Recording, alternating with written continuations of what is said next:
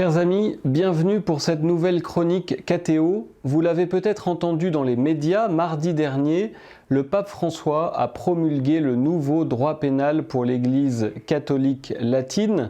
Un certain nombre d'articles de ce droit ont été modifiés. J'ai été un tout petit peu surpris, je vous l'avouerai, et c'est pour ça que j'ai amené mon code de droit canonique, je vous l'ai peu montré cette année. J'ai été un tout petit peu surpris par la manière dont les médias s'en sont fait l'écho, comme si les articles qui venaient sanctionner les abus sur mineurs étaient nouveaux, comme si le pape intégrait enfin dans l'arsenal pénal de l'Église ces dispositions.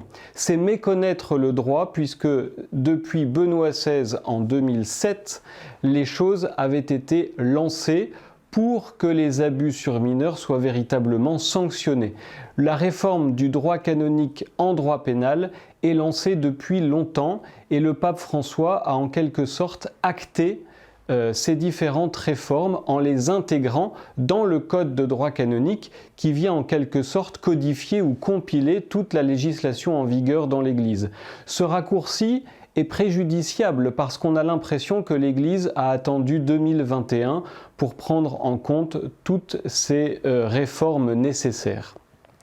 Lorsque le pape Jean-Paul II avait promulgué le Code de 1983, dans les années 90, nous étions encore dans une période où l'on considérait que le droit pénal n'avait pas tellement d'intérêt dans l'Église. Mais est-ce que c'est l'Église qui a souffert d'une défaillance de son droit pénal ou est-ce que c'est l'esprit du monde qui nous avait quelque peu pris ?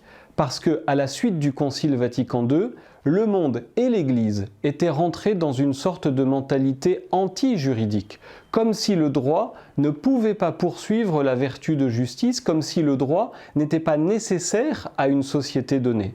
Et depuis les années 80, nous avons souffert dans l'Église et dans le monde de cette défiance envers le droit et envers les institutions. Benoît XVI, en 2007, avait lancé cette réforme du droit pénal.